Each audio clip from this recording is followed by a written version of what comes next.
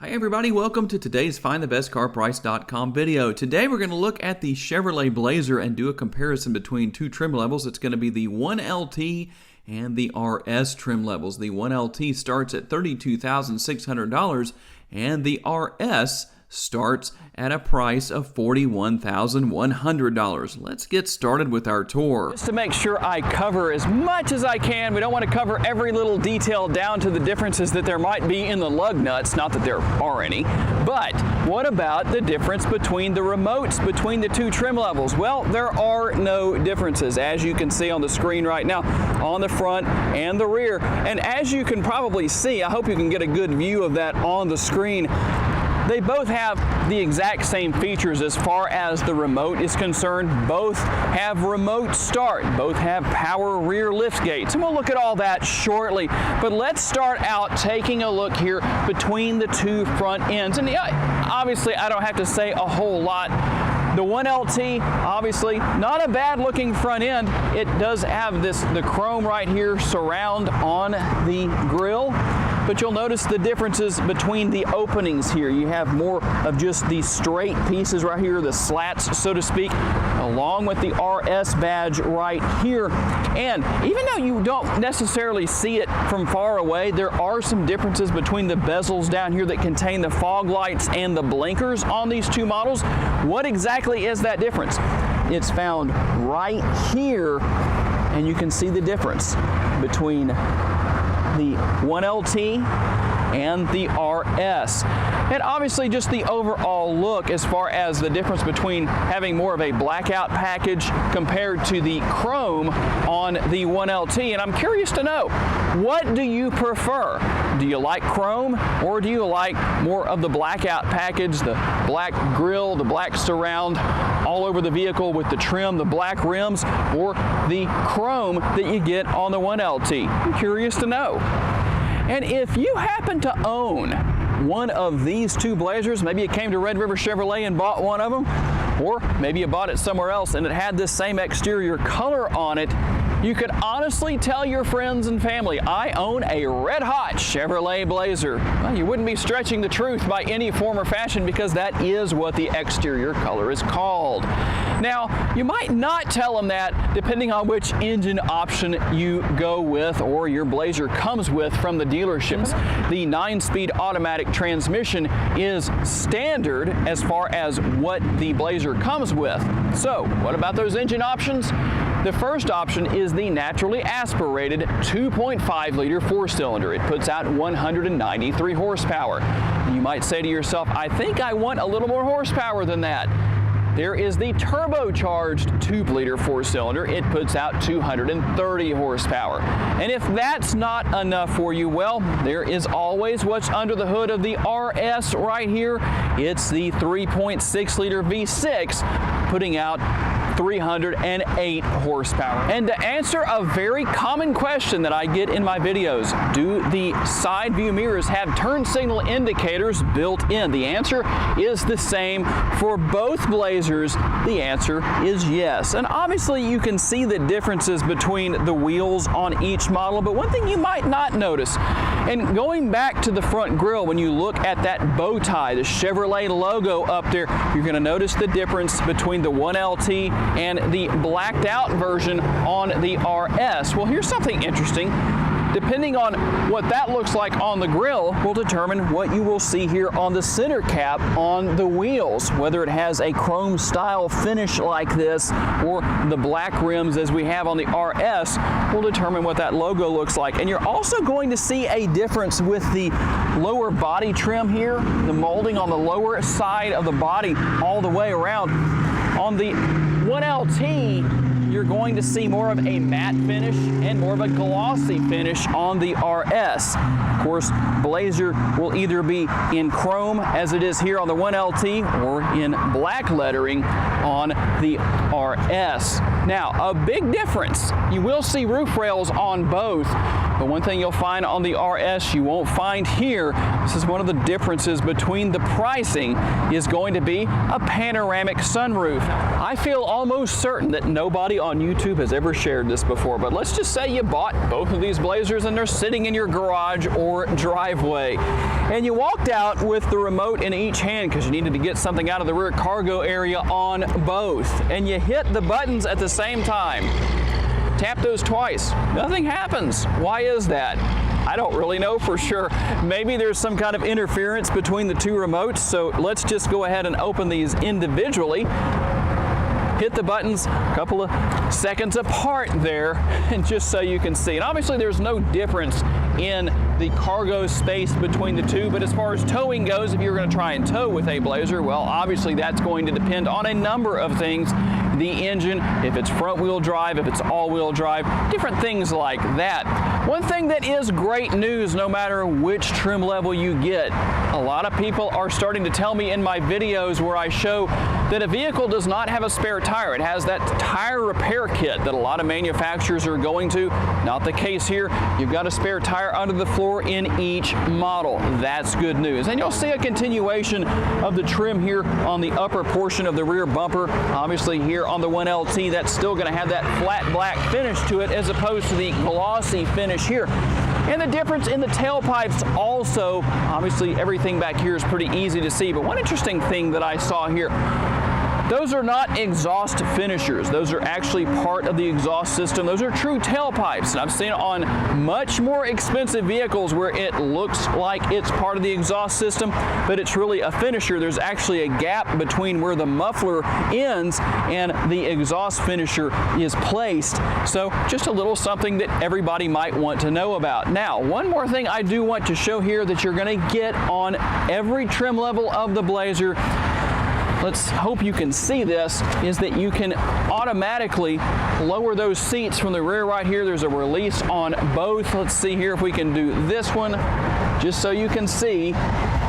Reach in here and do that, and there you go.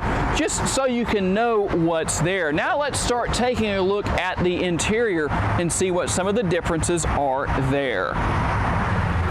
Now it's pretty obvious what the differences are if you look at the rear of the console in the 1LT, as you see on the screen right now, and then we'll switch over to the RS. You can see the difference between those two different USB ports you have down there. You also have a 120 volt power outlet here if you want to charge or plug something in, whatever the case may be. Obviously, I know that's not going to be the same thing as plugging into a power outlet in your house, but it does have its advantages. And of course, I talked about the panoramic sunroof here, a big difference. And obviously, the 1LT is the 1LT cloth edition, so that's going to have cloth interior compared to what we have here in the RS. And the interior here also has red contrast stitching. You've got the piping in the seats here. And another difference, your rear seat passengers, well, during the winter at least, can take advantage of heated seats. The outside seats, not the middle seat, just the outside seats. So you might have your kids fighting for whoever gets to have a warm butt and who doesn't. But you will find that there are heated seats here in the rear.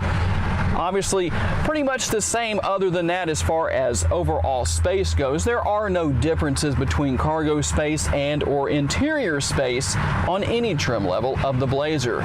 Okay, a lot of the differences here between the interior on both trim levels is going to be pretty obvious because you're going to see the red trim in multiple areas here around the air conditioning vents in the RS that you won't see over there on the 1LT. But one thing that I definitely believe is worth the money it would take to have it is the fact that the 1LT has heated seats, and here in Northwest Louisiana we probably need that maybe 3 months out of the year, if that much, and it's very spotty at that. But here in the RS, you not only have heated front seats, just like you have in the rear, you also have ventilated front seats, something you don't have in the rear, but maybe that'll come with the refresh whenever that comes with the Blazer down the road. And of course, the instrument cluster looks a lot more sporty here in the RS. I mean, you would expect that. It's pretty easy to see the differences between the two. You can see, well, pretty much what's different and what's not just by kind kind of looking around. You're going to have the same driving modes on both. You're also going to find wireless charging here. I'll show you where that is on the screen. And one of my favorite features here has to do with the camera views that are available here in the RS. Now, obviously, by 2020, all car makers in the United States were required to have backup cameras on all of their vehicles. So obviously that's going to be on the 1LT. And you have that here, of course, on the RS as well. But you also have multiple additional camera views and angles on this model that definitely help out. And I'm showing you on the screen right now where those are. Both have push button start for the engine.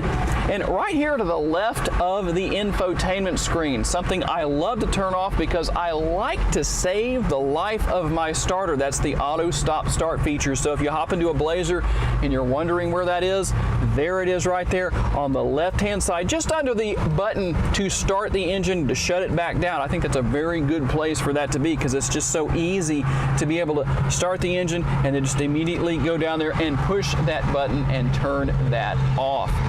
Okay, we're going to do a quick little acceleration test here and just see how it does.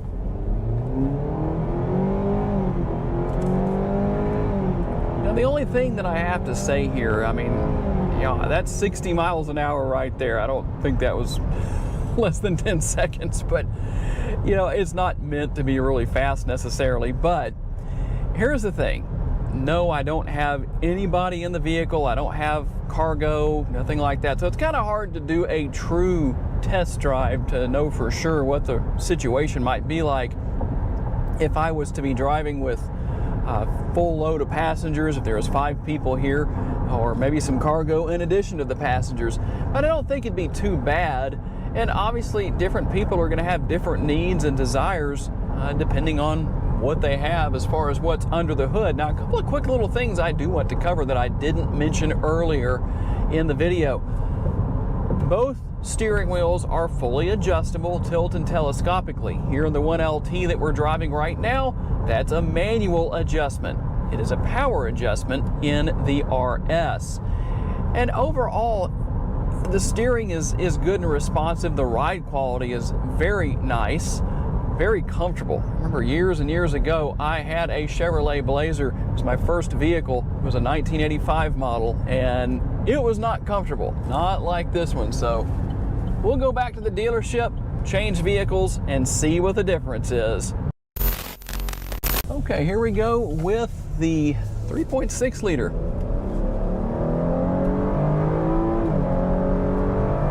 Yeah, there's definitely a noticeable difference, to say the very least. I mean, if you're wanting the horsepower under your foot, this is definitely the engine combination you need.